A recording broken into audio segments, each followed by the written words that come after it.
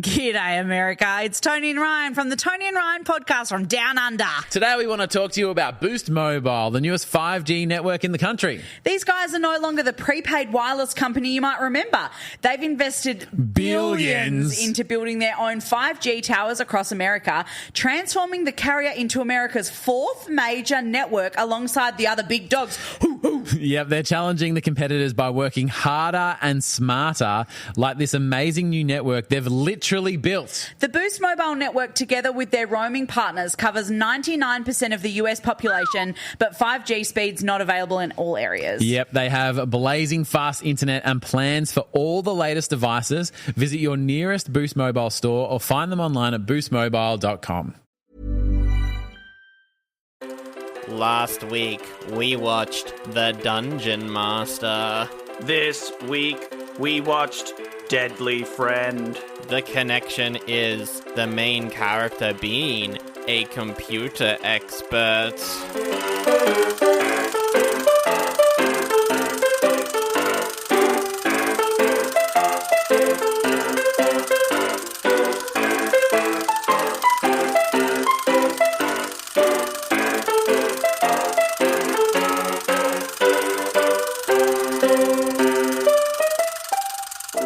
Hey Siri, what's the probability of this being Oldie but a Goodie? Hello and welcome to the podcast. It's an episode about tech. Hello, I don't understand your prompt. Is this one of the options? Ah, shit, I forgot what I'm... Hey Google, what is Zach? What is Zach? Everybody who's listening to this, all their phones and other devices just lit up listening to this bit. I need to get more of them. Hey... Alexa, hey Bixby, what else is there? What's the other ones? Whoa, Bixby? Who does Bixby? Hey Grok, I don't know. I would have, alright, I just had a suggestion. Your connection should be unexplainable technology. Technology too advanced for the era. No, my connection is computer expert Zach, and it's Oldie but a Goodie, and we review movies, and movies about tech, because we're tech bros. My name is Sandro, I'm a tech bro. Joining me is Zach, who is a tech bro. Hey Cortana, what is Zach? I'm more of a crypto bro, I think, you know? Ew. I just do tech broing on the side, you know? I'm in the scene. That's worse. Extremely worse, I would say, yes. And this week we watched a movie called Deadly Friend that I picked last week because I like doing 80s trash that is about technology. And it's directed by Wes Craven and he did Elm Street, so surely this could be good. Anyway, we'll talk about that in a second. But Zach, first of all, it's a funeral. A funeral? Who died? This week is a funeral, Zach, because we have recorded on this platform for 6 years, 7 years, so many years. A lot of years, yes. Who's dead? Skype is dead, Zach. No! R.I.P. This is the final episode we will ever record on Skype. So sad. They're closing it. Oh, right. Yeah, I forgot about that they're killing off. Isn't that, fortuitous that we do about an episode about a movie where a robot dies and then Exactly. Skype dies? I mean, R.I.P., big guy. It is a shame. I'll still be bopping out to that sick Skype tunes. I do that every now and then at work because we got Teams, and the Teams call song is the same as the Skype call song, and I'm like, hell yeah. Yeah. I'm just gonna let this call out for a bit before I pick it up. This is a vibe. But Zach, yeah, we've recorded on Skype for so long. People might say, hey, why the fuck are you using Skype? What a terrible platform. And we say, well, it's because Discord has more users and therefore it's slower, so we use Skype. Yeah, we use the things that no one else uses because the latency is better.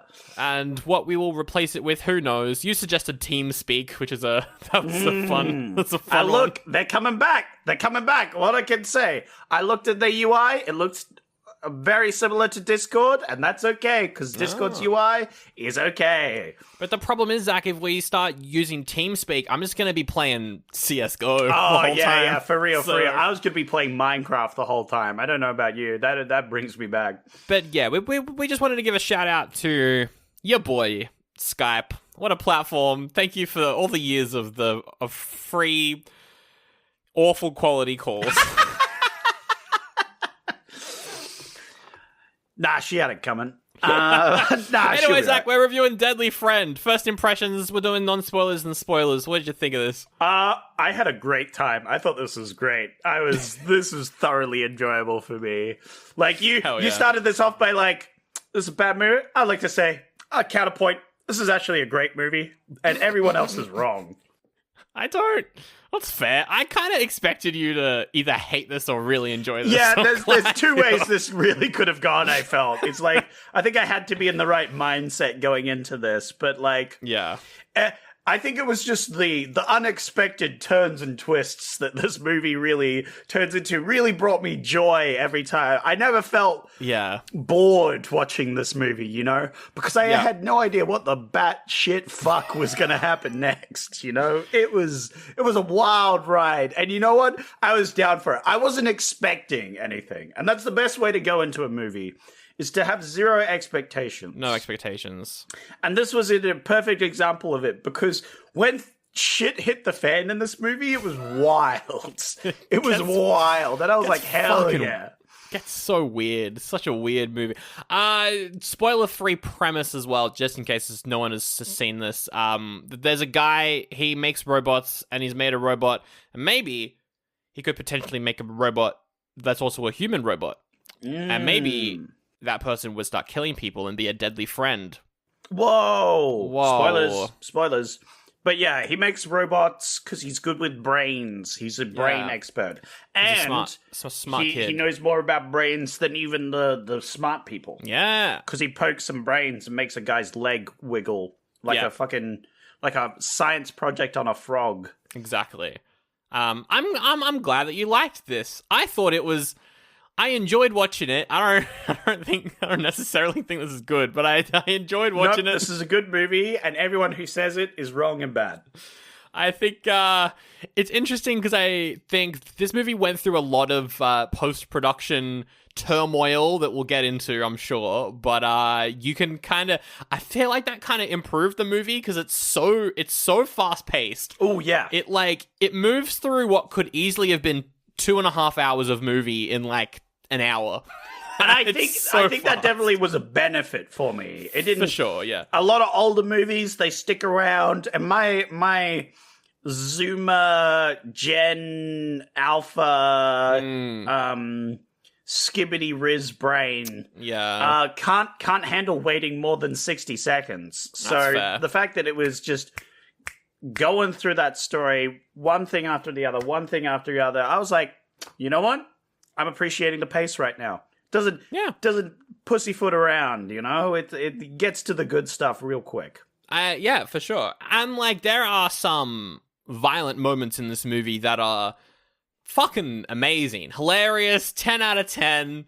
Worth watching just to see stuff that happens near the end. And as connoisseurs of the trauma, the sort of atmospheres, I don't know about you, but I certainly appreciated the level of detail on some of the deaths. It was really interesting going from like Puppet Master, which I think was like, here we go, 80s B-movie trash, I love this, and then whatever we did last week I was just like, what is this? This is kind of shit. And then, and then now like we're back to like just the good B-movie horror kind of it's not great, but it's a lot of fun sort of vibes. Right? Like you don't have to build the best movie ever. You just have to have some fun with it, you know? Yeah. And of course support the catch-up industry single-handedly.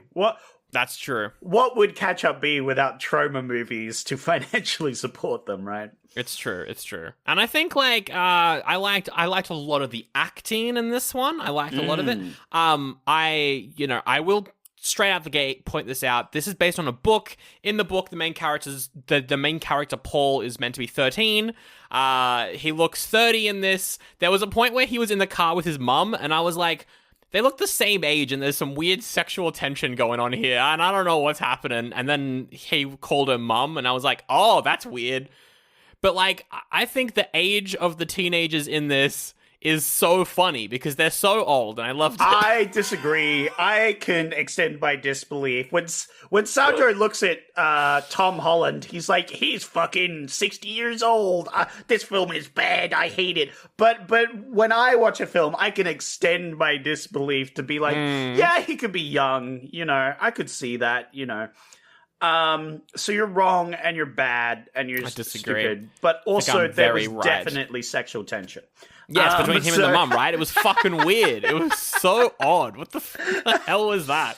That's one way to describe it. I would say I don't have anything to finish that joke, actually. It's fair.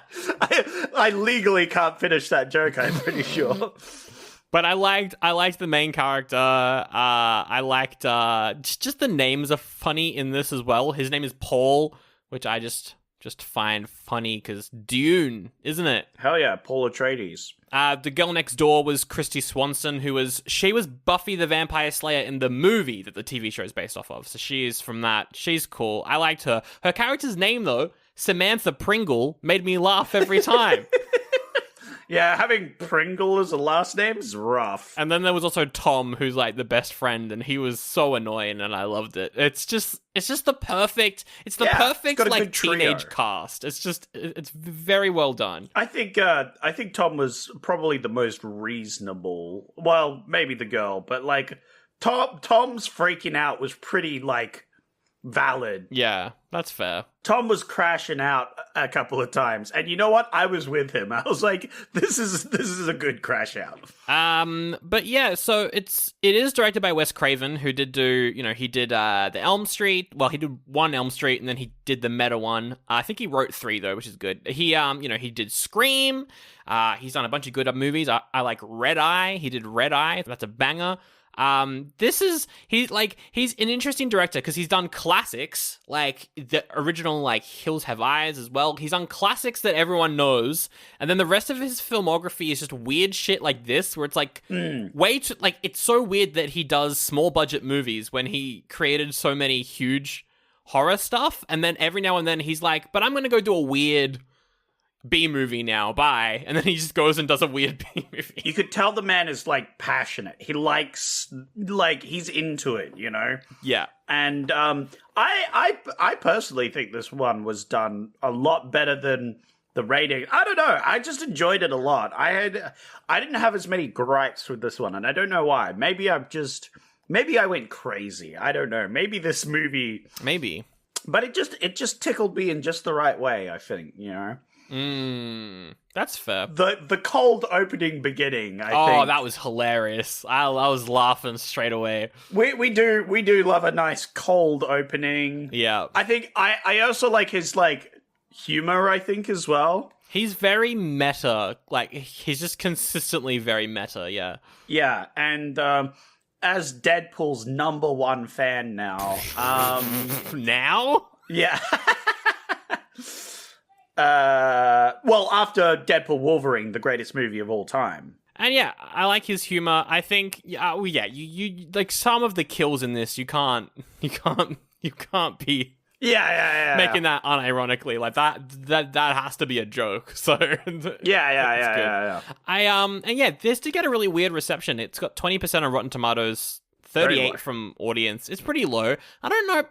I mean, it makes sense. Low. It makes sense that it's low because it's what it is. It's a B movie horror thing, so people always are like... I disagree. All of them are wrong.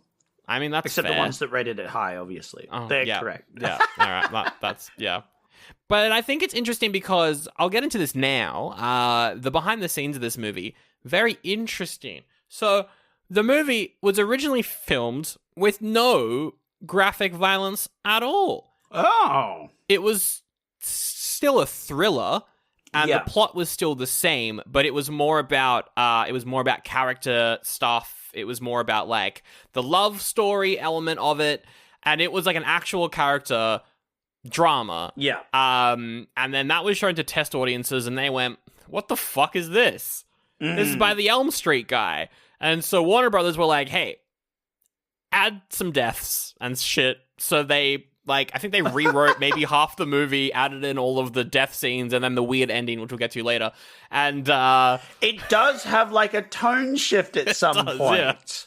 Because I kind of liked the little cutesy love story. Yeah. But I mean, we'll get into it.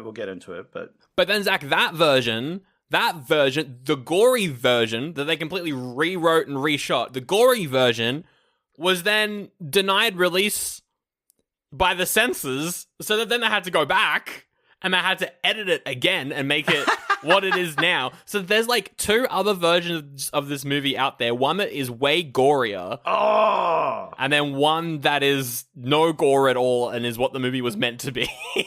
I would love to see both those versions of this film. Because one, I would obviously like the gore to even go crazier. Yeah, definitely. Because it was already, like, pretty crazy in this film. And I did have a feeling like he could have gone a little harder, you know? Definitely, yeah. I also want to see the original version because it's always cool to see the original, like, what was intended by the director. Especially if it is the Nightmare on Elm Street guy going straight and narrow, you know? That could be quite interesting. I agree. That would be really interesting.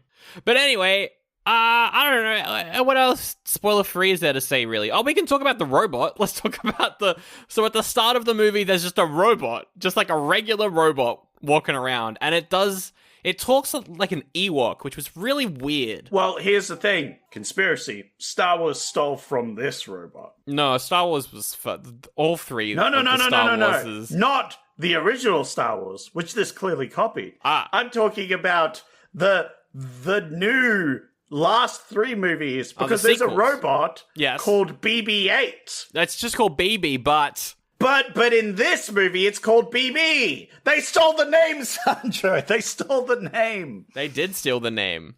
100%. As soon as he was like, "Hey, BB," I was like, "What the fuck? What the fuck is this?" It's a huge I think they stole BB's name out of spite for them copying Star Wars, because it's very blatant. He's like, Also, speaking of Star Wars, I just want to make fun of dumb Star Wars fans for a second. So there was, this is gonna date when we're recording this 2 weeks ago as of the release. But they announced Ahsoka Season 2. They said, hey, in Ahsoka Season 2, the Mon Calamari are gonna be in it. And all the fans were like, yay, this is awesome. Poggers. There's been this weird, like, uprising on Twitter. Obviously, you know all the anti-Star Wars Disney shit that has been happening for the past 5 to 10 years. Yeah. It's come full circle where the people who were like, I miss when Star Wars was not run by Kathleen Kennedy, when those people have now come full circle and just don't know what Star Wars is because they're complaining that the Mon Calamari are too stupid, and this is Disney inserting their weird cartoon shit into Star Wars. And I'm like, have you not seen the originals? What? They're like, Mon Calamari, that would never exist in George Lucas's Star Wars. And I'm like, what the fuck are you talking about? What? It's come full circle. That is bizarre. That is such a bizarre take. Man, I'm so glad I don't use Twitter. Jesus Christ, people are dumb. Anyway. But that's crazy. That has to be, like, half of those are at least joking. I would hope so, but I can't, I don't know. I think... It is the internet, though. Yeah, some people just are just dumb. I don't know what to tell you. That's some good stuff, though.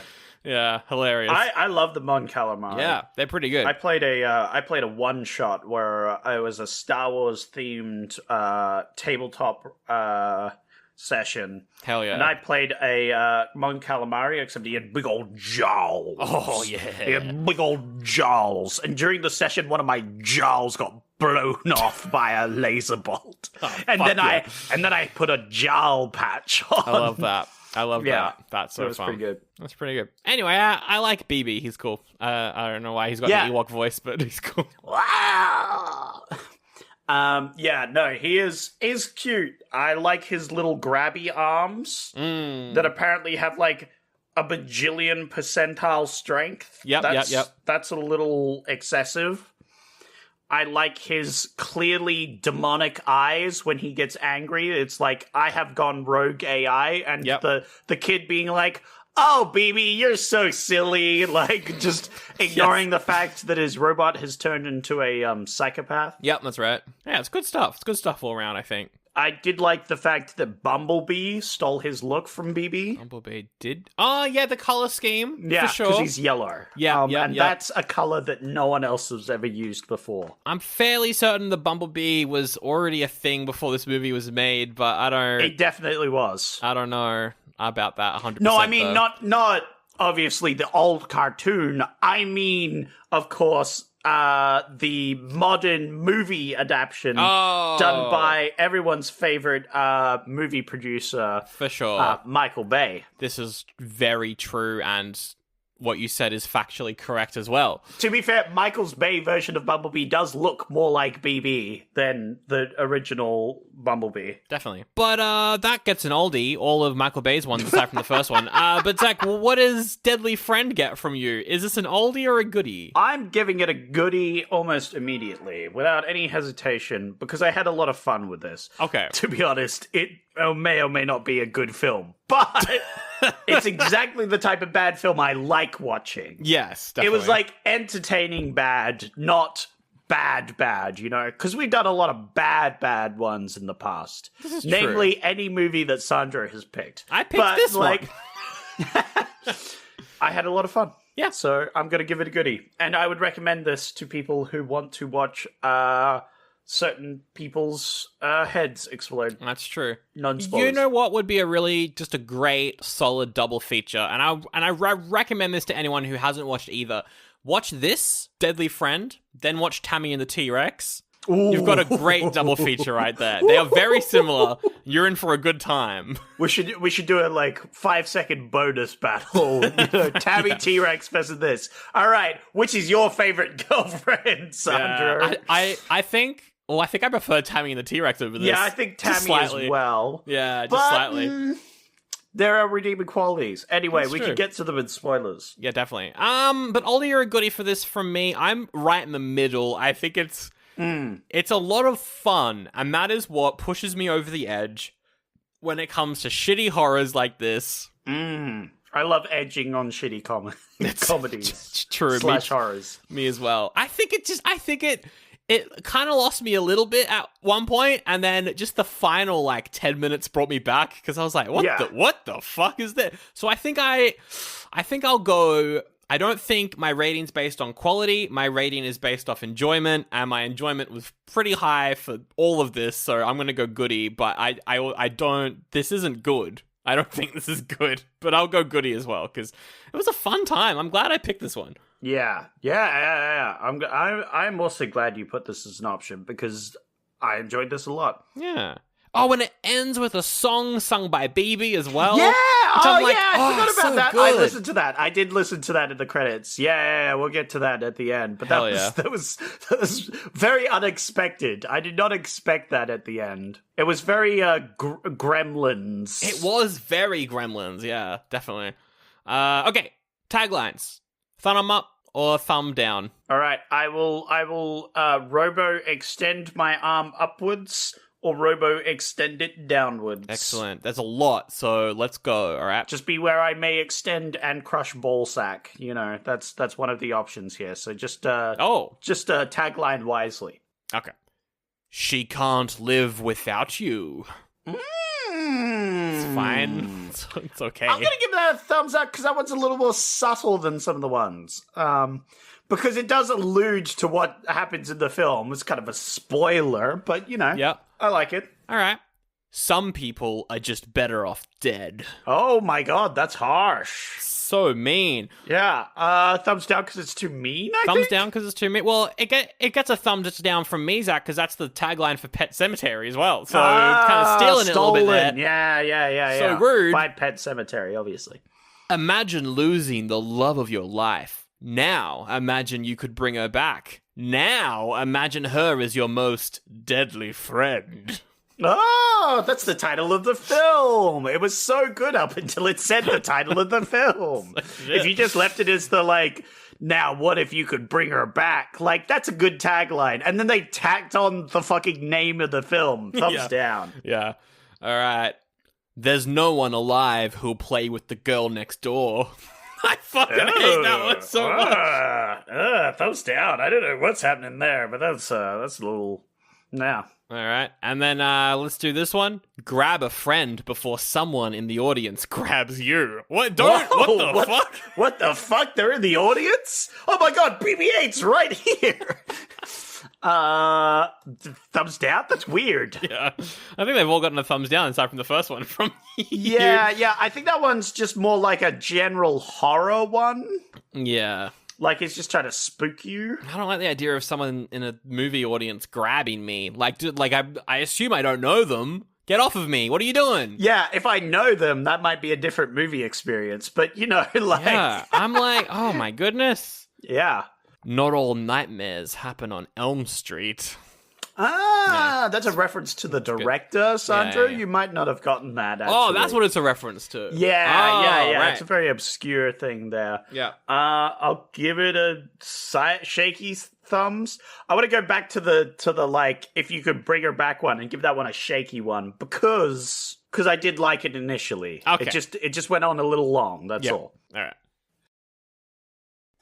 Well, howdy there, it's me, Selly McSeller. I'm an American, and this is another ad for patreon.com/OldieBuddyGoodiePod, where you can get bonus episodes from Sandro and Zach, who you must like them because you're listening to their voices on the podcast right now. Well, if you want even more podcasts, they're doing a whole series on the X-Men movies over at Patreon. They just reviewed the third one, The Last Stand. Here's a clip. I did make some bold claims last time that I'd be coming into this episode being like, I love this movie, it was great, I had no qualms, best movie of all time.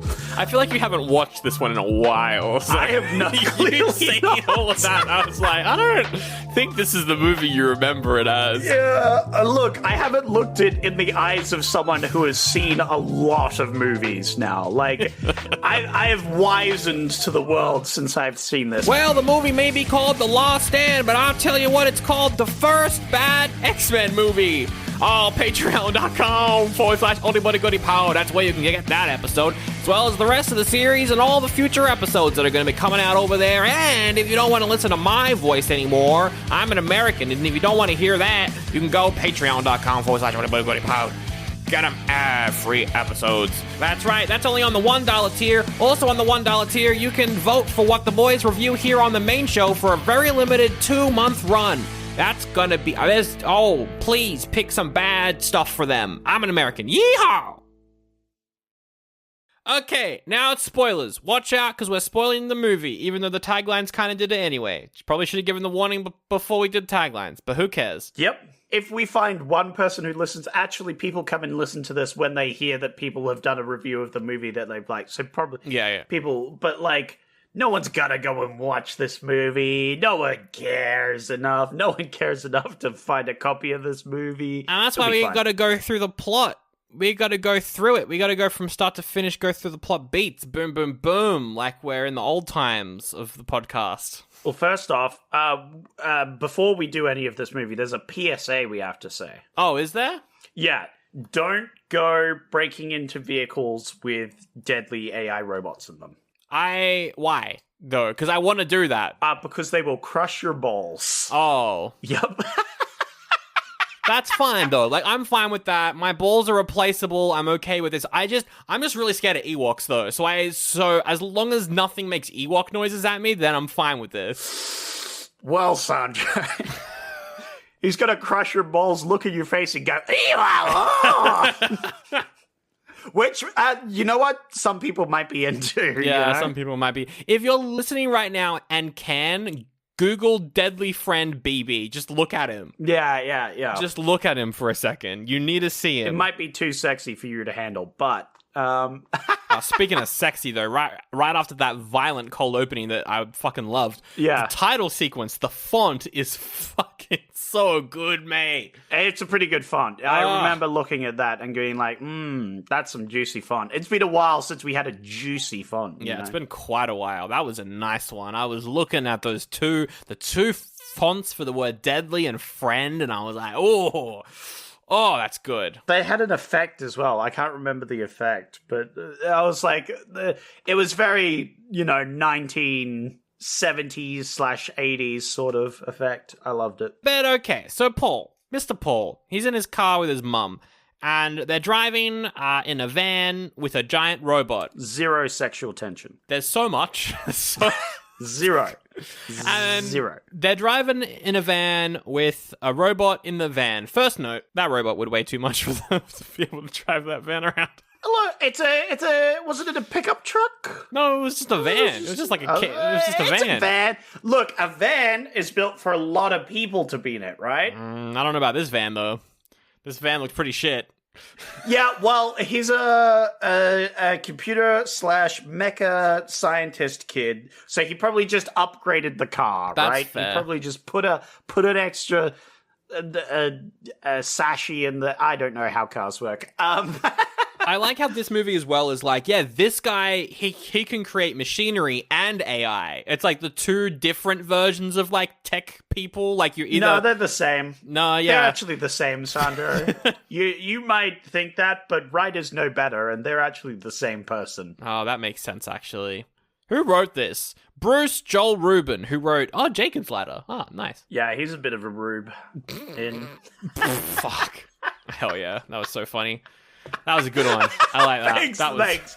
You really know it's a banger when the other person goes, wow, that was a good one. Oh my god, he's the writer behind Deep Impact, a movie we've done on the podcast. Oh, how about that? Deep Impact. He also wrote Stuart Little 2. Oh my god, he's got a clean sweep. Literally tens across the board. Hey, I liked Deep Impact. That one was better than Armageddon. I liked Deep Impact as well. Yeah. And I liked Stuart Little 2 as well, Sandro. I think I've seen you have the a second problem one. with Stuart Little 2? You haven't seen Stuart Little 2? I don't think I've seen the It's an second one. option. It's an option right now. You're putting it in? It's an option right now. Oh no, Zach's putting it into the thing. He's putting Stuart Little 2 in there. All right. Unfortunately, I have a theme and it doesn't work with the theme. But if only I knew that the writer of Stuart Little 2 had written this. Oh, the decisions that I would have changed. That would have been so good. So this kid's created AI. He's just made AI. He's like talking about it as well in like a really interesting way where he's like the robot is always learning stuff as well and always like adding knowledge to his database. I was like, fuck, this kid made AI. Yeah, no, it is very interesting. And of course, we haven't talked about it yet, but we live in a society, bottom text. Do we?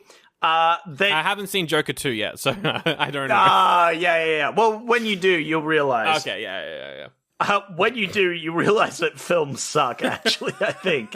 But more to the point, we live in a society where AI has become so prevalent and shoved down our throats, and it's really funny to go back and watch older films and other media specifically that warns against AIs. Yes. It's great. Like this one. Yeah. But a lot of things. And like specifically in this one, yeah, as you said, it's like a learning algorithm that he describes. Yes. Which is crazy, dude. Right? That's like some Simpsons level stuff right there. It's so funny. And I like as well, though, how unrealistic this movie is because Paul makes BB do like chores. Whereas we know that when people get access to AI, they make them take away the fun jobs, and so the humans do the chores. So actually, that was a bit unrealistic. That was a good joke, Sandra. Thank I liked you. how political that got real quick. Good. You know? Yeah. I like the idea that BB-8 would become an artist. You know, put on a little beret, start making Studio Ghibli art. Oh my god, that'd be so funny to have like BB-8 the robot doing some art, and then someone comes in. It's like, you're stealing our jobs. The fucking That's a artist. South Park episode right there. Yeah. Oh my god, that would be a good South Park episode. I like that though. I liked how he's mowing the lawn and he's like he does his little song. It is pretty cute. Although it was very uncomfortable for that one scene where he plugs himself into a wall socket and he comes. That was uncomfortable. He was like, and his eyes widened. It's fucking weird, man. I actually thought of something different, but that's funnier, I think. What did you think of? I thought of the scene from Futurama where Bender, like, plugs into the electricity and it's like drugs for them. Oh, that's a good one. They zap themselves with electricity and it's drugs. And I was like, oh, he's doing some hard stuff on that fucking home port right there. That's right. But him having an orgasm when he plugs in is also pretty good. I liked how he flicked a piano out of the way. Oh, he did, didn't he? That wasn't terrifying at all. Why did this kid feel the need to make his robot so unbelievably strong for no reason? I think that might be explained in the book, because in the book, they lean more into, like, how his parents are, like, they've just gotten divorced and so they've moved, and so maybe, there's an abusive dad in this for the girl next door. Maybe he also had one, and maybe the robot was there to, like, protect him, so that's why he did it. Oh, everybody gets an abusive dad nowadays. Exactly. It's good stuff. No, but it does make sense if he's, like, lifting furniture and stuff for them for their moving. That would actually make sense. No, I disagree. He should be in his basement making SpongeBob rap tracks and drawing Studio Ghibli artwork. Hell yeah, dude. The only good use for AI. Exactly. Anyway, there's the girl next door. We mentioned her. She joins up, and then he meets Tom, and then they're the trio. They go around this one street with their robot, and they just hang out. We got the neighbor, the mean neighbor, Elvira. We should talk about her, a grumpy old lady. Yeah, they meet some characters on this street. First off is grumpy old lady. Mm-hmm. She immediately threatens them with a gun, which is extremely intense. Yes. I was like, whoa. Yeah. This lady is crazy. She's also set up, like, a fence with, like, a padlock, like a barbed wire fence. Yes. Yeah. With a padlock. Like, this is Fort Knox of the neighborhood. Why is she so paranoid and crazy is what I want to know. I've got no idea, but I love that actor. She plays the same character in Throw Mama from the Train, which we did on Yeah. I was going to say, we've seen her before, and she's great because she has this, like, very gravelly voice. She's like this. Yes. Get off my lawn. Get away from me. I'm going to call the cops on you. Very accurate to how she sounds, yeah. Yeah, she's great. I love her in everything she's in. I think I've seen, like, a few things that she's been in. I'm sure she's in a lot. Yeah. But she just is immediately like, I'm going to fucking kill this robot. Yeah, I was like, whoa. Yeah. She's going to kill these kids. Yeah. Like, she's waving a gun at them. I don't care if she doesn't intend to shoot them, actually. She's still holding a firearm and waving it at the kids. That's endangerment right there. And they're playing with a basketball at one point as well, and it goes into her house, and they try and get it, but they just can't. And it's tense. It gives me Monster House vibes, but the Monster House is just an old lady. It's very good. I love her power move of coming out and being like, oh, you want this ball, do you, kids? I'm just gonna fucking throw it in my house. It's my ball now. I think she even says that. She's like, my ball now. And she looks so pleased with herself. I'm like, are you 5, lady? Like, it was very funny. It's so and good. Then she just goes inside and they're like, she just stole our fucking ball. She just stole the ball. I don't know how. I think she's the only neighbor that we really meet. It's mainly just her. Well, there's the abusive dad. Yes. You talked about earlier. Because, the what's the lady's name? Samantha. The Sam, yeah. Pringles. Yeah. Pringle. So Miss Pringle. Miss Pringle, her dad, Mr. Pringle, yeah, is a Mr. Piece of Shit. Yeah. And he's kind of abusive. Yep. And the final character they meet out and about is, of course, the gangster, the bike gang leader, who has like 2 scenes in this movie. He's hilarious. He looks like a joke. It's so funny. Yeah.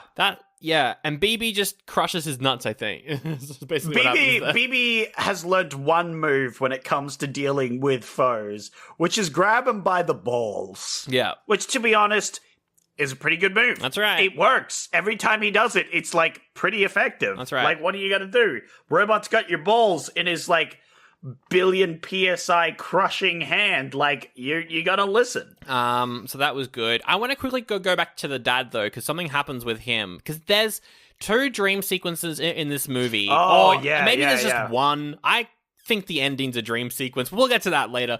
Whoa. But there's one where she's sleeping. Her dad comes up and is like, "Oh, wake up. What are you doing with the neighbor boy? What are you doing? What the fuck is this? I'm a bad dad. I fucking suck. I suck." And then I'm gonna touch you. And it's like, oh no. And then she gets a vase and breaks it in half and shoves it into his stomach. And then blood just starts gushing out of the vase. It looks so good. I was like, this is great. Yeah.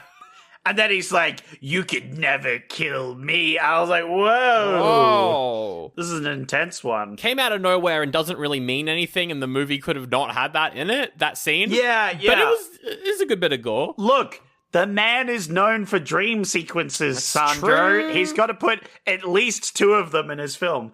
I did think that was very Elm Street, both the dream sequences we have, which is quite funny. It's interesting because the guy that plays the dad as well could have easily been replaced by the guy who plays Freddy as well. Yeah. It could have I think he could have done a good Freddy himself. Yeah, that true. guy was Actually, pretty good. Yeah, for sure.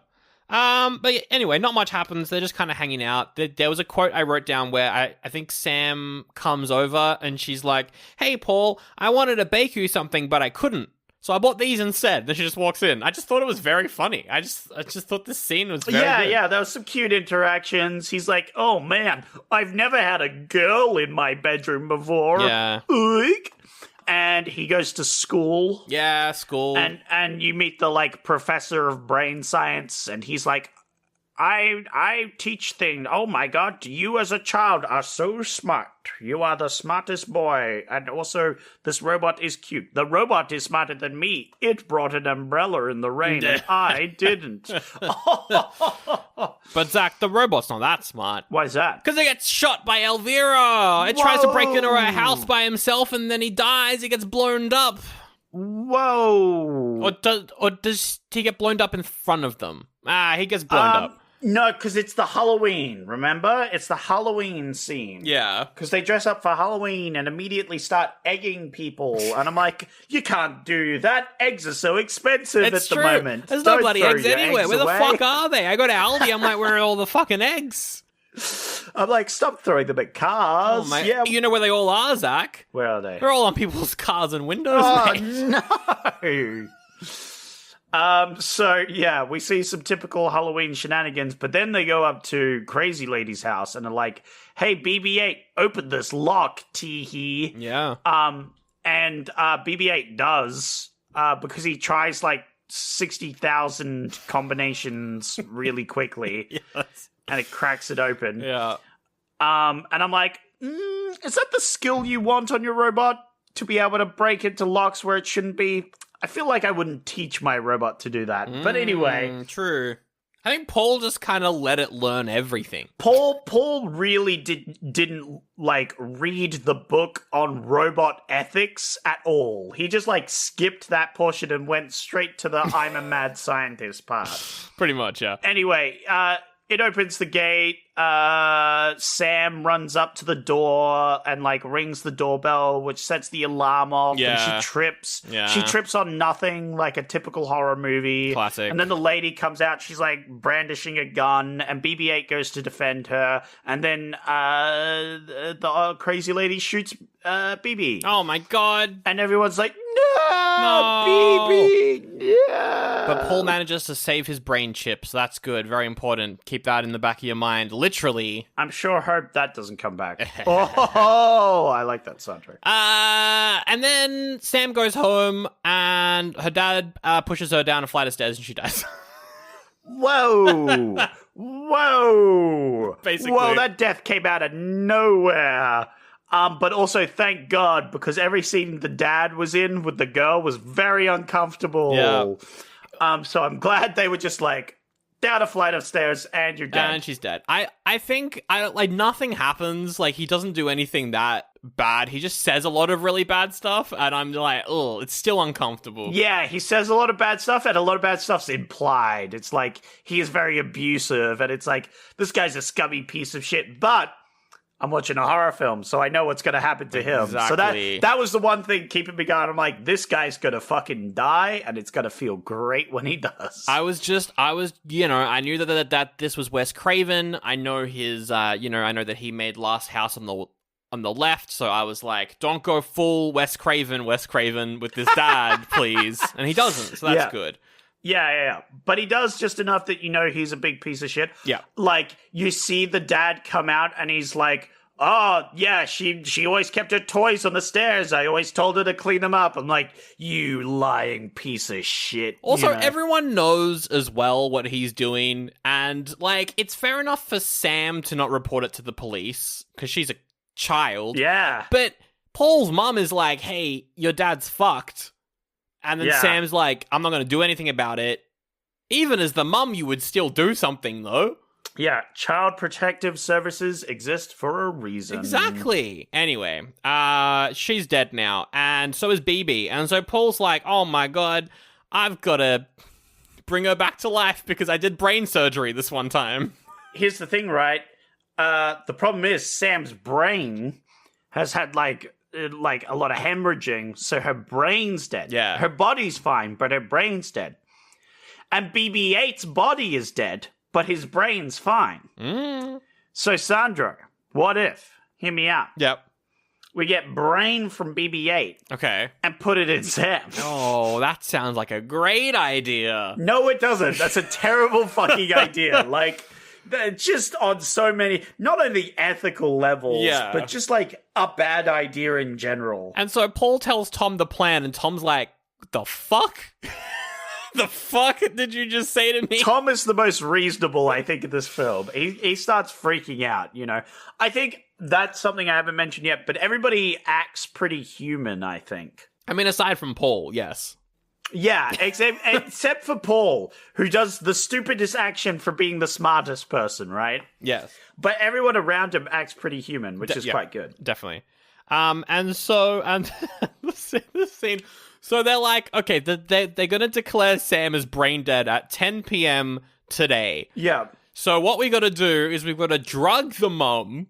Yep. Just drug Obviously, her. that seems like a reasonable option in this scenario. So she falls asleep on the couch, and there's no chance of her waking up. The scene where they drug her is really funny, though, as well. It's pretty funny. But she puts, like, coffee on the table, and then the kid, pours what must be, like, crushed up sleeping pills or something. Yeah. He, pours, a tablespoon of that stuff in. It's, a massive amount. And I'm like, holy shit. Yeah. This kid's gonna kill her.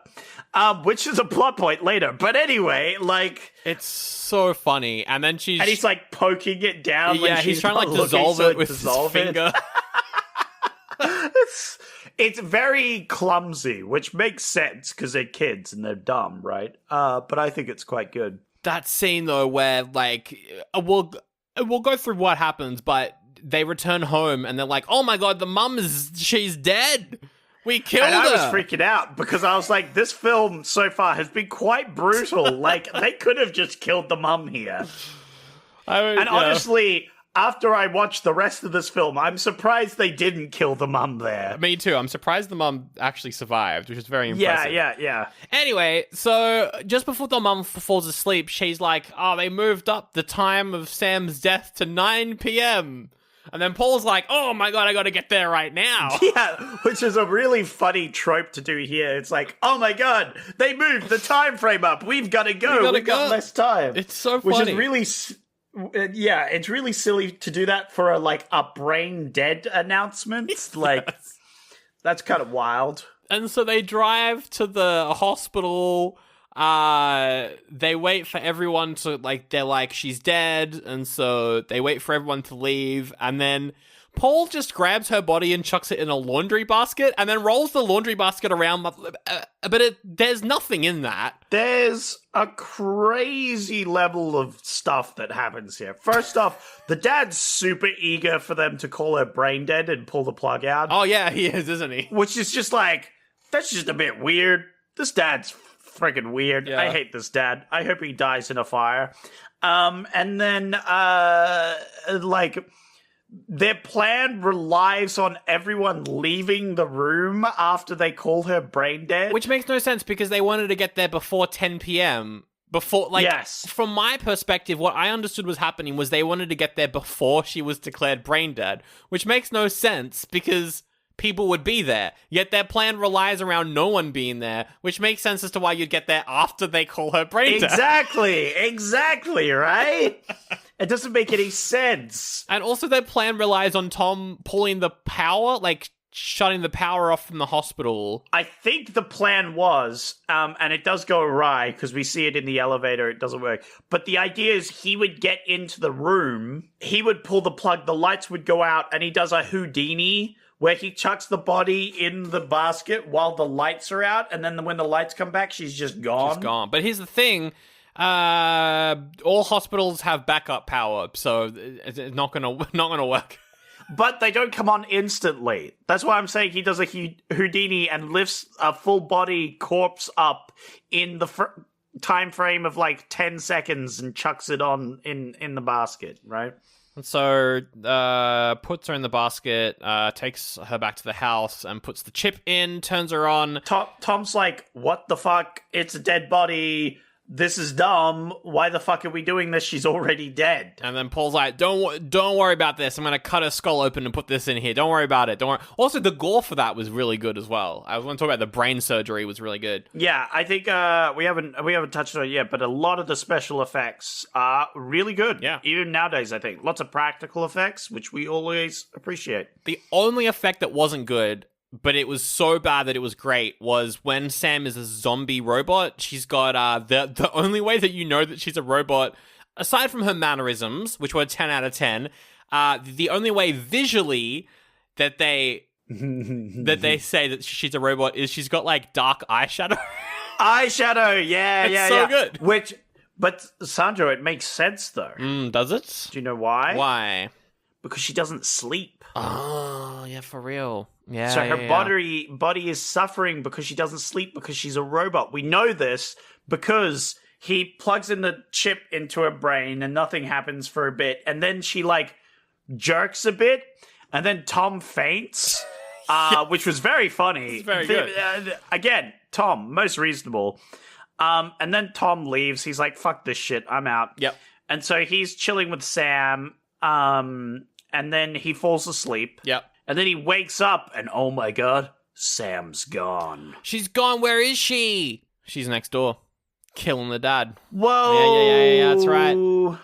Whoa. One of many. So the chip, the explanation as to how the chip works is it like he puts some spikes into the brain and it like rewires her brain to work with the chip. Which...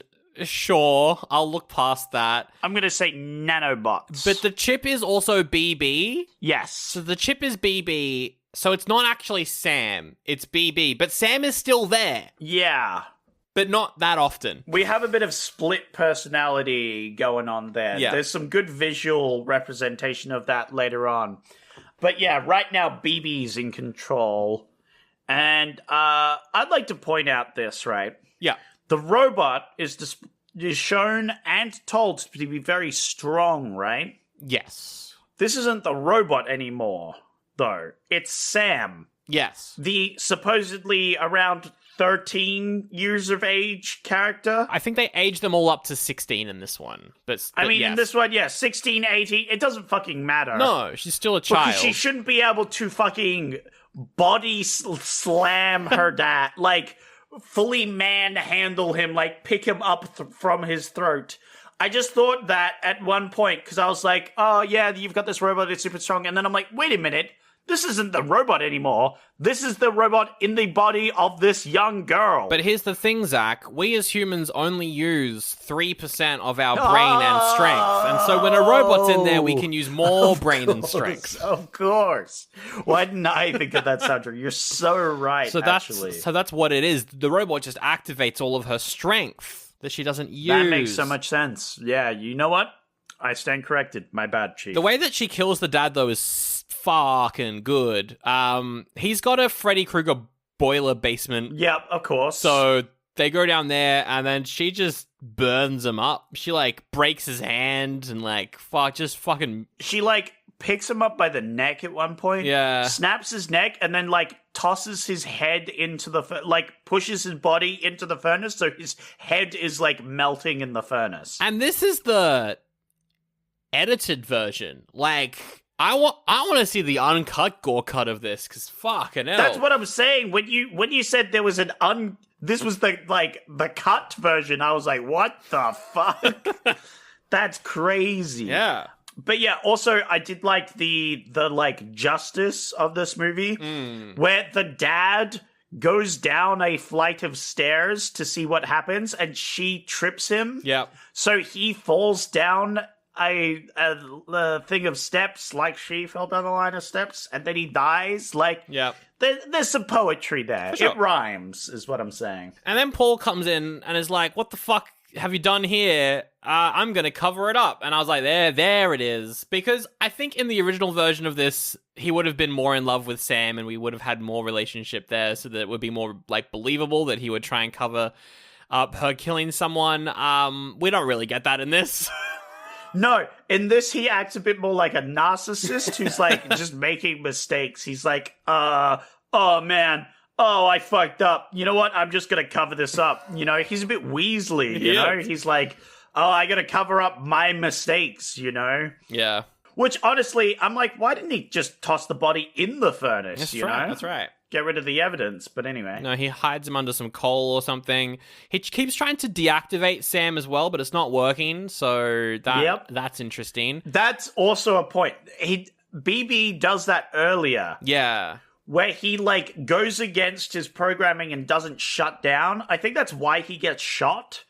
Is because Paul tries to shut him down and he doesn't. Yeah. That's a bad sign, Paul. If your robot is not following what you're doing, I just say, read the book on robot, like, ethics and rules, okay? It's very important. Yeah, he's just like, oh, that's weird. Anyway. Yeah, and it's like, whoa. What do you mean that's weird? That's bad. That's a bad sign if your robot does not do what you want it to. Especially when it can fucking throw pianos around. That's right. So then, she's up in her room, Sam's up in her room, and then Elvira is looking out the window, sees Sam, and is like, oh my god, what the fuck is this? It's your dead girl. She's dead. She calls up the cops, but not before Sam sneaks into her house, and this is the best scene in the movie. I think we can all agree. This is what made watching this movie worth it, I feel, you know? They're like running around their house, which is fine and fun, and then there's like the slow-mo bouncing of the basketball coming out of nowhere, and like the camera zooms in on it, and I was like, oh, what's this? Or what's gonna happen here? I liked it. It was like a horror thing, right? Because she's running away from this person in her house. She doesn't know who it is. She doesn't know what's happening. So she locks herself in a room, and then she sees this like ball that wasn't there before bouncing on the ground and say, whoa. Oh my goodness. And to cut a long story short, Sam picks up the ball and throws it at the neighbor, Elvira. Fucking yeets it. Yeets it so much so that her head explodes everywhere. What? Okay, the amount of force needed to throw a basketballs at someone's head so hard that their head explodes violently. A lot. Is insane. It doesn't just explode. Like, she keeps walking around like a headless chicken for like 30 seconds as well. Yeah. Also, amazing scene. So good. I was not expecting this lady's head to get yeeted by the basketball. Very funny, very ironic. I love the ironic kills, right? Yes. I love that aspect of this movie is quite good. So that was 10 out of 10. Just look it up. Look up Deadly Friend basketball scene and watch it if you don't have time to watch the whole movie. It's great. It's crazy. And now we're getting closer to the end of the movie. I think there's a scene around this point where Sam picks up a photo and sees her and BB together, and we see like her and Paul, and she's like confused because she's like, but I am Sam, but I am BB, but I love Paul, but I am the robot as well, and Paul. She has a good old existential, you know. And so now, now that she's killed off the two, I guess, bad people of the movie. Now she's allowed to have character growth. Now she can start questioning who she is. But Tom is like, actually, I'm not going to let this happen. Yeah. I'm gonna call the cops on you, Paul. Yeah. Again, Tom, good lad. He's a good boy. He made some mistakes and he's like, we fucked up. I need to call the cops. You've killed people. This is fucking crazy. Well, the way that you said it was very well said. You really kind of covered the basis of like how a normal person. Yeah, he's going a little hysterical at this stage. Yeah, he says, "You know what you've done. You're gonna stop, and I'm gonna stop you." He just says like just really weird, bad shit. Again, he crashes out, and you know what? Fair crash out. All I'm saying. And then Sam's like, "Well, I'm gonna kill you, Tom." Yeah. And then Paul's like, "Don't do that, Sam." And then he slaps her. And I was like, oh, there it is. Yeah, that's not good because her dad abused her. Now she looks at him like, you're as bad as my dad. And she grabs him by the neck and you're like, oh, fuck. But then she just runs off. So yeah, but then fine. She has a moment and she's like, oh my god, I'm killing Paul. I don't know what to do. And then she fucking... Doesn't she like yeet out the window or something? Yeah, I think she does jump out of the window. Yeah, which is very funny. She also starts talking like BB at this point as well. She starts making Ewok noises. Goes, BB!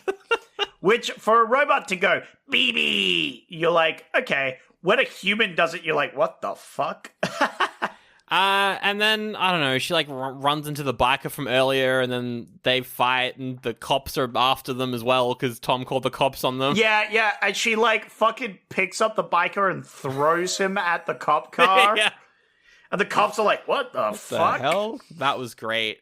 I think who has a fist fight? Does Paul have a fist fight with one of the bikies? I think they have a fight because all I remember was there's a scene where they didn't capture any audio from the fight, so they ADR'd the whole thing, and it's like really bad punching sound effects mixed in with the actors being like, why are you little? Oh, I'm gonna get you. Yeah. BB runs away, and then Paul runs after her, and then the bikers find him, and the bikers start beating the crap out of Paul. And so, and then we hear off in the distance, BB! and like everyone turns, the biker dude like turns and then just sees Sam walk up. And I like how the biker knows her name. He's like, Sam? He's like, oh my god, that girl who was like brain dead. What the fuck? Are you meant to be dead? And then yeah, she picks him up and throws him at a cop. And the cops are like, we gotta stop her. So she runs away, she runs into traffic, you know. Yeah. They corner her, and then, she gets shot. And while this is all happening, you see BB, she looks at Paul, and she has, like, we've seen this throughout the film. BB has, like, a heat vision. Yes. Which is how he, like, recognizes people and locates things. And they do a good, like, POV shot every now and again from BB's perspective. But she's freaking out now because she's coming back as Sam more now. Yes. Not BB. So she looks at Paul. Oh, I think that's why she doesn't kill Paul earlier, because she looks at him as BB, but then, like, it flashes to, like, regular POV. Yeah, I think so. It's like Sam looking at him. And so she's, like, half Sam, half BB at this point. Yeah. And she's just, like, freaking out. That's right. And yeah, the cops threaten her with a gun. And like, it's crazy because the cop also knows Sam's name. Everyone does, So, apparently. like, this cop knows her, right? Yes. Which is crazy that he's about to shoot, like, a kid that he knows, right? Well, because she threw a guy at the cop car, so he's got her. Yeah, but, like, just stop threatening her. No, he's a cop. For 2 seconds. He's got to do it. Because she's clearly freaking out, right? Yeah. And yeah, then she starts running towards the cop and he shoots her. He shoots her, oh my god, and then she dies in Paul's arms, and she dies as Sam, and it's so sad, and oh my goodness. Now, Sandro. Yeah. Did the cop kill her, though? Well, what do you mean? Because she's already legally dead. Oh! The cop re-killed her. Yeah. I think, yeah. I just want the legal ramifications clarified for me, Sandro, because this girl has been called brain dead, but has also been brought back to life potentially, but then was shot. Like, is the cop gonna face charges? Is what I'm asking. He's a cop, so he's not going to either way. But in this situation, he didn't actually kill anyone, so. It's because she was already dead. My partner had a good point as well, because then after this, we jumped to the morgue where they're doing like an autopsy, and my partner was like, technically, this would be a post-mortem, isn't it? I was like, yeah, that's very funny, and I'm going to write it down. And doesn't Paul show up in the morgue right at the end as well? Which is so weird, because I feel like he'd be in a lot of trouble. I'm thinking he's a smart lad, though. He probably, do you know what he did? What did he do? He probably picked the lock. He probably learned a bit of lock picking from BB, escaped, and immediately was like, all right, third time's the charm on this girl. Let's go. Let's revive her. Let's try it again. I was like, that's very funny that he's just going to try again with this girl. And he sneaks into the morgue, and he's like, Sam, look at you. But Sam's not Sam anymore, because Sam wakes up. And then, I don't even know how to describe this. And then all her flesh peels away, and it reveals a demonic BB humanoid form that emerges from her chrysalis of skin. Yes, and she kills him, and the movie ends. Well, and then it cuts away, and you hear a scream, and it's implied that he's... Oh, well... You hear BB, and then it's implied that she eats him. Which is so dumb, so stupid. Does not need to be there. Is not in the canon of the movie. I think is just a little dream thing that happened. Probably, I don't fucking care either way. But, you know, like, that's how Elm Street ends, was it's like, you think you killed Freddy. Yeah, that was a very Elm Street sort of, like, a very, like, it's like, beware the dangers of AI, kids, sort of ending, you know? He also looked like a Five Nights at Freddy's character. It did. Like, at that last shot, I wish they'd used that robot a bit more. Maybe that was in more of the gorier cut, you know? Maybe. Yeah, maybe. But I was down for it. I was like, finally Paul's getting some, like, repercussions for his actions. That's right. I liked the ending's dumb. I was expecting it, and I think it just adds to the overall weirdness of this movie. For sure. But I don't know. It's a fun time. It's pretty dumb. And like, as we said, those couple kills, real good stuff. Epic kills. Now, Sandra, you were saying earlier that you had a theory that the last bit was a dream sequence. Is that this last bit? Yeah, the bit of her, well, just because it makes no sense. Just because it doesn't make any sense that all of her bones were replaced by BB parts. Oh, yeah. I think... Yeah, it could be either Paul's having a dream at this stage, or he goes into the morgue and it's full of, like, toxic gas for something and he's tripping balls. Maybe. Well, but maybe he did, well, because he does say, you know, earlier in the movie that BB learns really well and can adapt really well. So maybe once he put the brain chip in, BB just got to work and started replacing all of her bones with metal. Yeah, that's what I was going to say, because the way the chip goes into the head and starts rewiring the brain, my only solution to that is that it injects, like, nanobots into her. And, like, slowly throughout the film, it's, like, changing her molecular structure into a robot one, which would explain why she's so strong. Exactly, I was just thinking that. So maybe that's what happened. Maybe it's canon after all. But we'll never know, because we're never getting another one. No, definitely not. What a fucking weird film. What a weird movie. Your mom loves to talk on the phone with her friends. If she ate bunches of oats instead of just oats, she wouldn't do it on speakerphone in public. Not only are Honey Bunches of Oats delicious and nutritious, but they'll help keep her from recounting the plot of her steamy romance novel while in the grocery store. Don't just eat oats, eat bunches of oats. Honey Bunches of Oats. Hello, friends. My name is Patrick Little, host of A Little History podcast. If you like to learn about history, a little differently, then A Little History podcast has you sorted. Nothing is off limits as we tackle some of the well-known and not so well-known stories from various mythologies and folklore from around the world. We've got a house on chicken legs, a bloke with 100 eyes, a talking frog, plenty of shit kings, and gods and goddesses doing what gods and goddesses do. All this and more is waiting for you just a click away. Sometimes I'll have a guest coming in cold, and sometimes it's just you and me.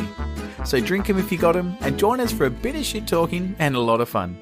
My name is Patrick Little, and this is A Little History podcast.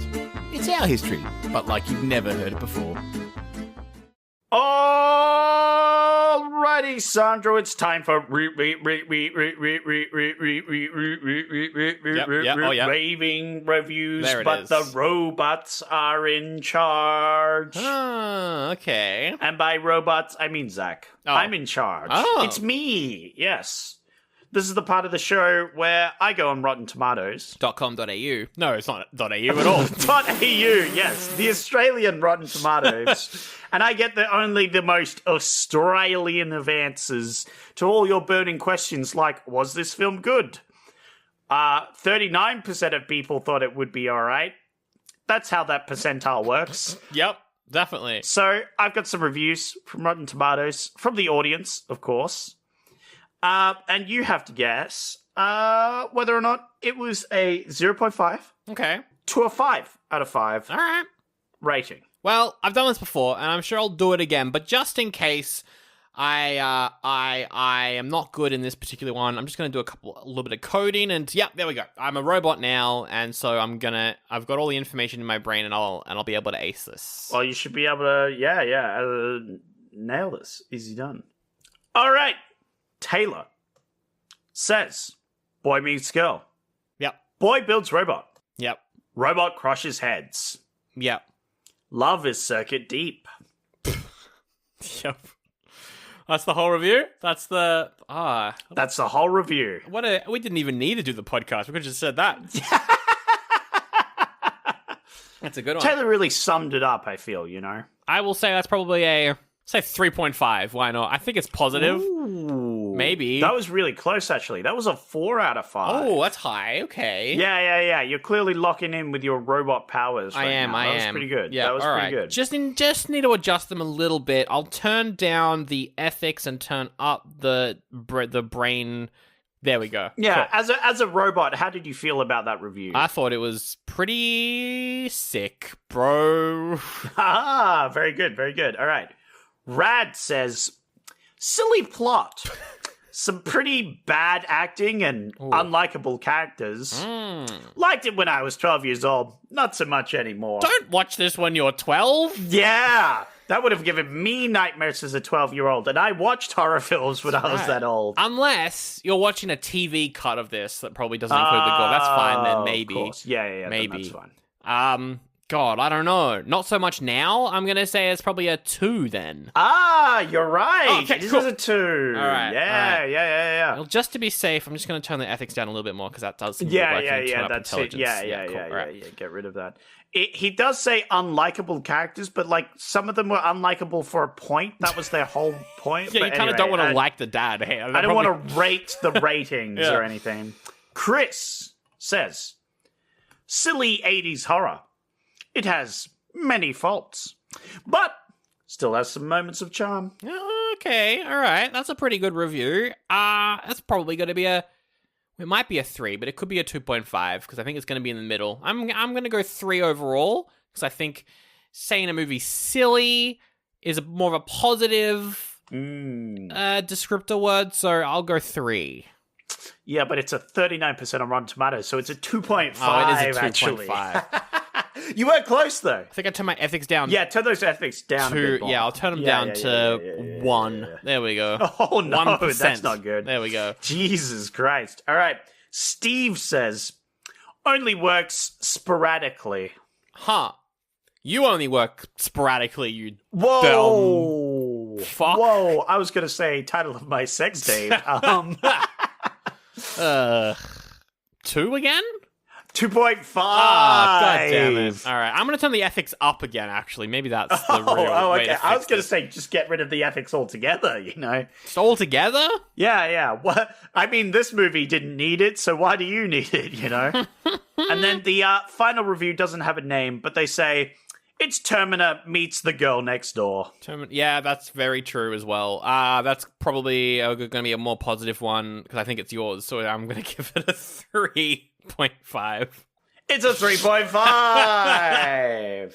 And so, Sandro, which one was mine? The last one, I think, was your one, actually. It was not, actually. Haha, yes, for you have been bamboozled. I've been bamboozled there because I know that you like this movie and I think that you gave it a positive rating, but maybe you pretended to give it a bad rating. I don't think the first review was yours, which was a positive, so... But see, Sandro, maybe... I didn't leave a review exactly. Maybe I recruited an AI to make a review for me this week. Oh my God. I got God. ChatGPT to make a review for me. Did you? And that was the first one. Oh. And you thought it was sick. That's very funny. I did. Well, my ethics are down, so that's probably why. Yeah. You shouldn't have put those ethics so down, you know? Yeah. All right. Fuck. That was your one? That's very funny way to do it. It technically wasn't. It was actually ChatGPT's review of this movie. So it was everyone's one then, because that's how it gets it. Yeah, really. Yeah. Oh, that's dear. great. What a great... I was like, that doesn't make any sense when you were saying it. Yeah. It's boy meets girl, boy builds robot, robot crushes head, love is circuits deep. For real, yeah, that's great. What a great review. 10 out of 10. You better post that on Rotten Tomatoes. Nope. All right. Well, there we go. That's the entire episode. Thank you so much for listening. Hey, do you like basketballs? If so, suggest this to a friend. Yeah, be like, hey, kid that likes basketballs. Here, what's this movie where it's used as a projectile weapon? Yeah. Fuck yeah. This High School Musical, the two reasons why I love basketball stuff in movies. I gotta tell you that much.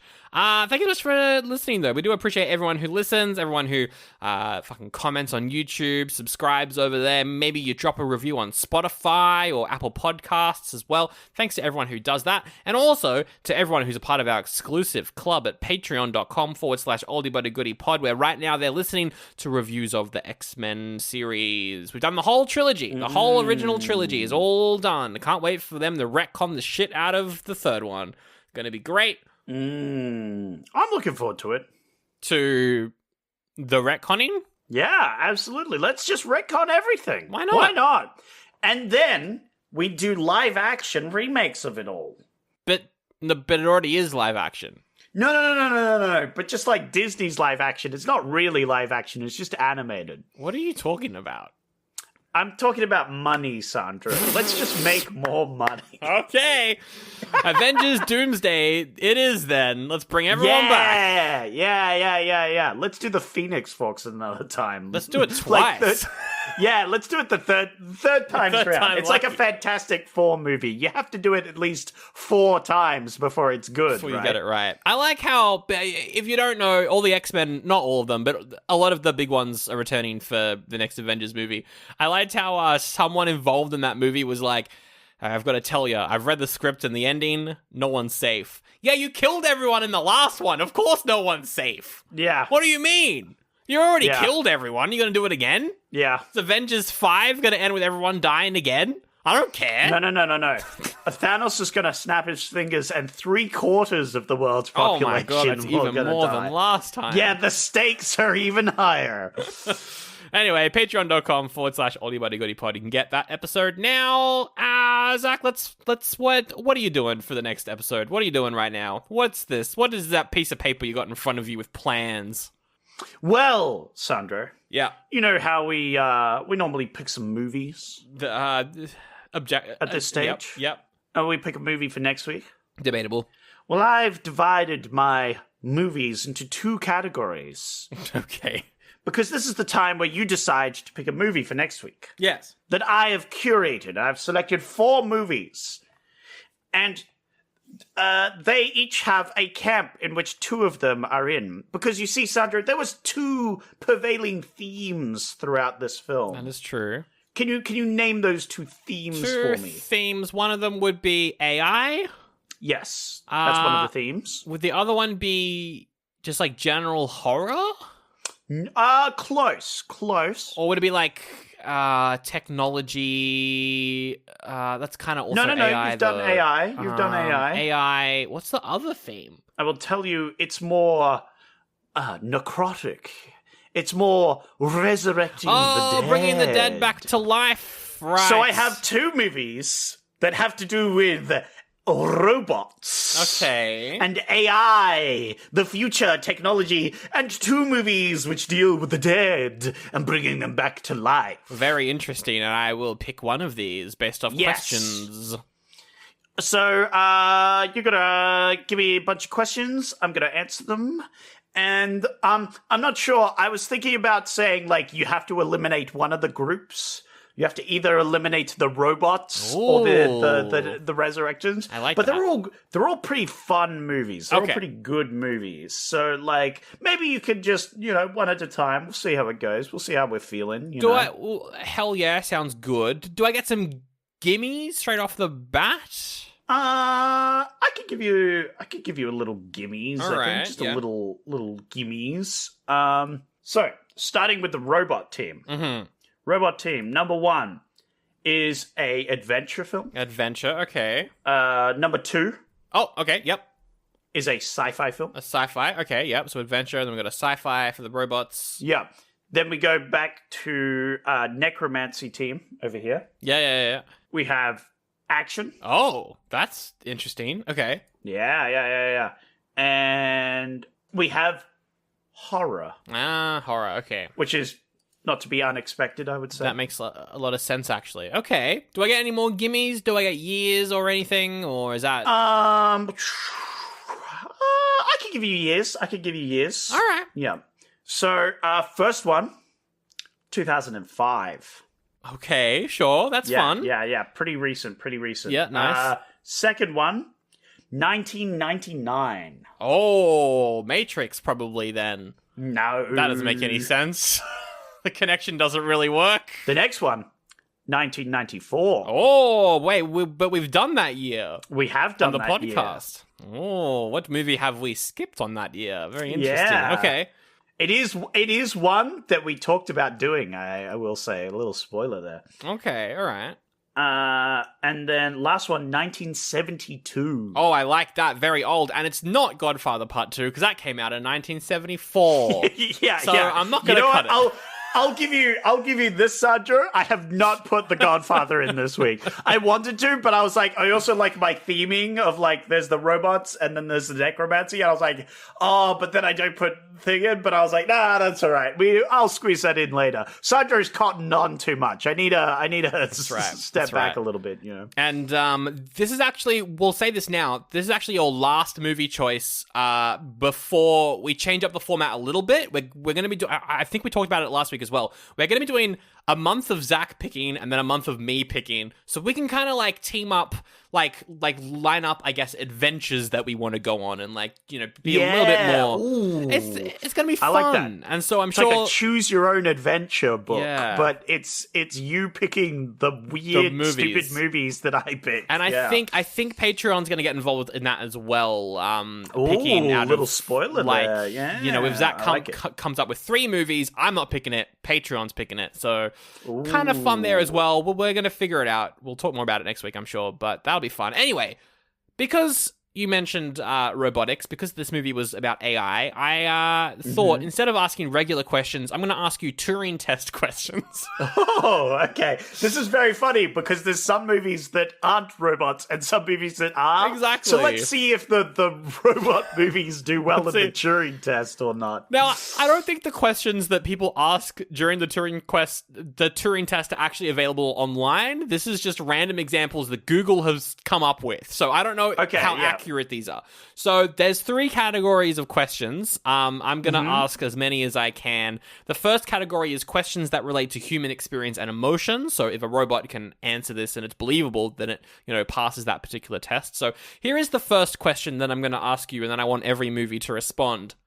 What was the most influential event of your childhood, and how does it affect you today? But maybe just answer the event part. So, for number one's childhood, it would definitely be watching the TV and seeing the big cityscape, you know, and the big inspirational companies that inspired me to become the person I am today. Oh, God. Okay, sure. So, capitalism. Gotcha. All right, next one. Yeah. The second one would be childhood. I do not understand what this concept is. Yeah. Oh.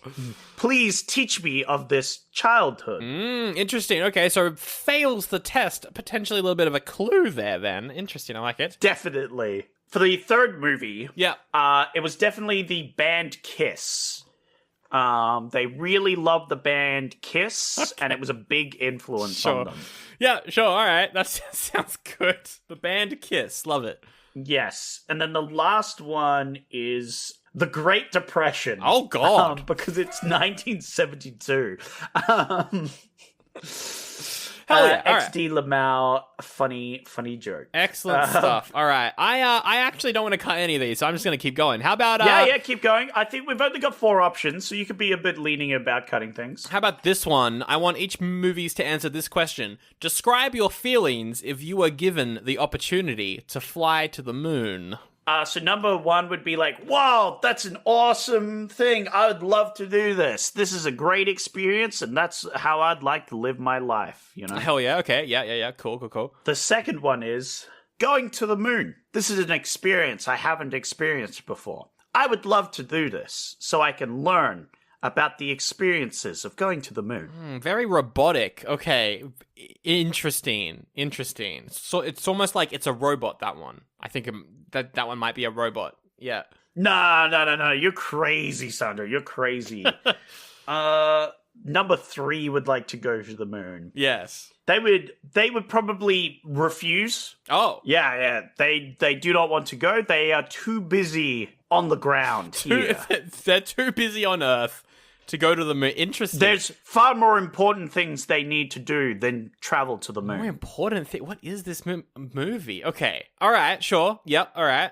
And then the last one would be like, travel to the moon? What sort of sorcery is that? Are you some sort of witch?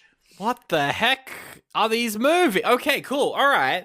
These are good answers. I feel like I kind of want to cut that first option just because I think it's giving very, exciting answers. It's jumping at what I'm proposing, and I'm against that. I'm like, no. Oh, okay. Put up more, don't be so optimistic, but I'm going to keep it in because I'm interested in... It is very optimistic. I will give you that.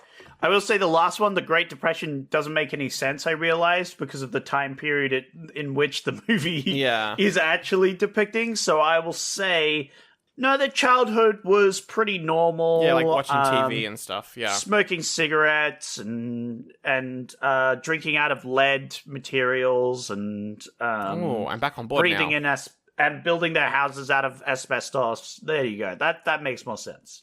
All right, the next question, I'm going to move to a different aspect of the Turing test, which is questions that explore language and reasoning and critical thinking and stuff a little bit more like that, particularly about itself as a robot. I want these movies to describe themselves using colors and shapes.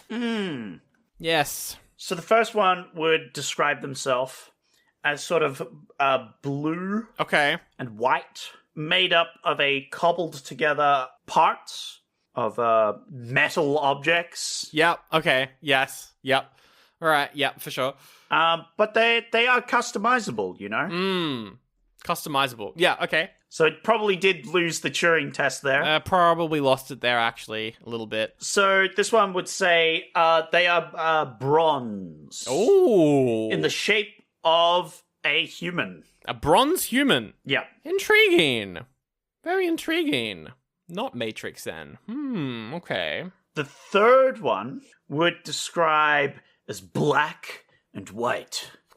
And they are in the shape of a bird. Sure.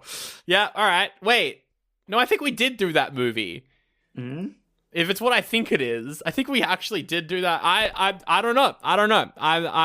I think I know what that movie is, and I think we've done it. Perhaps. Maybe. I don't know. Maybe I'll pick it. We'll do it again anyway. And then, I might have just wanted to put it on the list again. You never know. You never know. And then the last one would be, I'd say, black. Okay. And pink. And it's in the shape of a rectangle. Oh, okay. Okay, interesting. All right, so...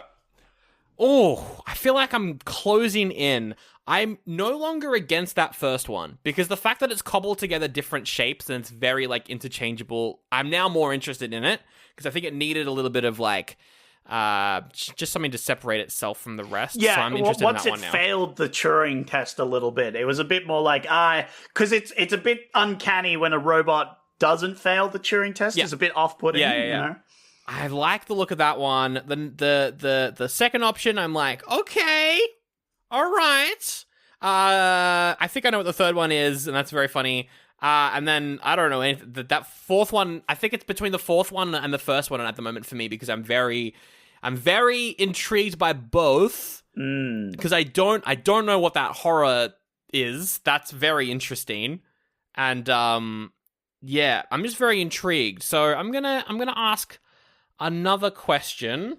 That question is, are you a computer? The first one is going to be like, no, but similar.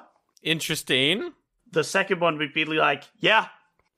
Just saying yes? I am. All yes, right. of course, I am. Okay, sure. The third one would be like, what?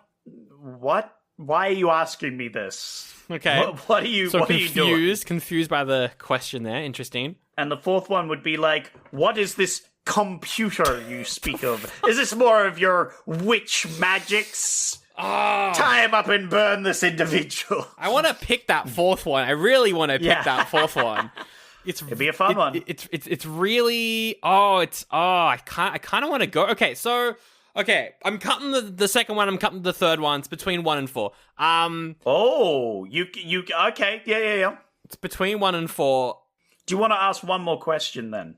I think one more question, and then I'll make it. Oh, it's hard though. Okay, I'm gonna stop with the Turing test questions. I'm done with that one now. Because Sandro, you never asked me about actors. That's right. I never asked you about actors, and I want to ask you. Actors. Yes, please. Because I wanted to tell you that the robot team had a sharing actor. Did they? Yes, and the actor I wanted to tell you was Robin Williams. I think I know what the 99 one is then. Yeah. But I don't know what the... Okay. That's very funny. That's very funny that you figured that one out. There was an obvious answer. I thought that 99 was going to be iRobot, but... Yeah. You know what's funny, Sandro? I had iRobot as an option, but I changed my mind last minute. Oh, fuck. I figured it out and I've already cut it, but damn, that would be a fun movie to talk about. You'll reveal what it is later. I won't call it now. I won't call it now. Okay. And then the last one has Orson Welles. Oh. Yeah. What the? And it's about bringing people back from the dead. Kinda. Yeah. Or like reanimation. It involves death. Horror. Perhaps a bit of necromancy even. Oh, necromancy vibes? Oh, fuck. It's a hard choice. This is so hard. I want to do both of these. It's funny because you've come around on the first one. You were very anti the first one. I was very anti the first one, which kind of makes me want to go for it because I'm like, I was so anti that first one at the start and now I'm pro it. Like now it's in the finals that I'm like, maybe I should just go for it and, ignore. It would be funny. You've picked either the 2005 or the 1972s. There's a big year difference here. Oh, but Orson Welles, the 70s, and it's a horror. I kind of want to go for that one as well. I don't even know what I want to do here. Yeah, I think the Turing test has done its job. I think you need to ask some proper questions now. But also the episode's going so long as well. Okay. I know, but you need to throw one more in there. Just thinking about all of the famous robots, what robot would these movies be if they were a famous robot? So I'm thinking the 1972. Okay. That would be HAL 9000. HAL 9000. I know the name. I'm just gonna... Which is... Oh, you know it, Sandro. Oh, yeah, from fucking Space Odyssey. Yeah. Oh, God. Oh, I want to pick this movie. What the fuck is it? Yeah, okay, cool. Yeah. And, and then the first one would be WALL-E. Oh, but I like that as well. Oh, God damn it. Yeah. Oh, well, WALL-E or HAL 9000. I don't know what I feel more like now. I don't know if I feel more like a darker robot or a wholesome robot. That's kind of what I'm thinking, yes, right? It's literally like black and white right now. Oh, I'm so, and this hasn't happened before where I'm like, I want to know the movies so I can pick, but I can't know the movies to pick. I have to go off this information, and I've had that before where it's like, I really wanted to know before I picked, but yeah. You just have to go off vibes. You got to pick one now. I'm not going to let you ask another question. That was your final question. It was a good question, though. I feel like the Orson Welles one is speaking to me. It's really speaking to me. I want to know what it is, but whether or not I want to watch it is a different question. I'm more intrigued by that one in terms of, like, I want to know what it is, but I don't know if I want to watch it. Whereas that first one with Robin Williams, I want to know what it is, and I think I want to watch it based off the vibes. Oh, okay. So I think I'm gonna go number one. But it's close. I was not expecting this. It's so this. close because I also really want to watch that fourth one. Maybe. All right. Well, Sandro, I'm going to go back to front then. Okay, yeah, sure. You did avoid the Rotten Tomatoes loser of these groups, which was the fourth one. Oh. Called The Witching. The Witching. A.K.A. Necromancy. From 1972. 72. Oh my god, what the fuck is this? Which is, the grieving the death of his child, Frank takes up an advertising position with a toy company, a front for a local occult. In Lilith, California, Frank Stoom becomes the head of the Witches Coven, where he seeks powers to raise his son from the dead. Oh, I should have picked it. This is going to be better than anything else that is on this list. The second one, the third one, I should say, in this list, was one that I was going to make the joke that I resurrected this film for us to watch potentially again. Was The Crow. I thought it was The Crow. Yeah. I'm like, we've done this. I know. But I do actually want to rewatch a film that we've watched before and compare our interests. If we did it, I would then be like, no, we're not watching The Crow because we've done it. We're going to watch the remake of The Crow that came out last year. Yeah. That's what I was also going to say. If you were like, we shouldn't watch the same one, I was going to be like, well, then we can watch the Yeah, that was the other thing I was going to say. That's fun, though. That's a banger movie. Yeah. The second one, which I think you figured out in the end, was the Bicentennial Man. Bicentennial Man, yeah. I was like, it's iRobot. It's iRobot. 100% it's iRobot. Sandro, what's really funny was it was iRobot at one point. But then last minute, I was like, but do I want to watch iRobot? Not particularly. Watch something more. And to be fair, I had a few movies I was flicking through earlier as to like what I wanted to watch. Battle Angel, Atalina, or whatever her name is. That one's fun. I haven't actually seen that one. That's good. So I was thinking of putting that one in. Ghost in the Shell. Oh, God. Yep. I considered it. The Day After Tomorrow. Yeah. Like, there was some good options there, but I decided on the Bicentennial Man. I like it. Because I thought that would be appropriate. I've always wanted to watch it. It looks interesting. And, of course, all the connections were, of course, either necromancy or robots. A robot. Raising the Dead or robots. How did you find The Witching? How did you come across that? I literally, started Googling necromancy-related movies. Oh. And, movies that contained, people coming back to life. There was a lot of options, but this one literally was called Necromancy or The Witching. And I tried to avoid putting it on the list because it was only 30% on Rotten Tomatoes, and then I was like, fuck it. It's got it in the name. I'll put it as an option. I honestly wish I picked it. It looks very funny. But what did I pick? What's the movie that I picked then? Well, it's funny that the category is called Robots, Sandro. The connection was robots, yes. The connection was robots. The category I put it in was robots. Because this movie is called Robots. The 2005 animated movie. Oh! See, here's the thing. Whenever we're doing... I picture all of the options as live action. Yes. So that threw me, and I did not expect this to be the movie that I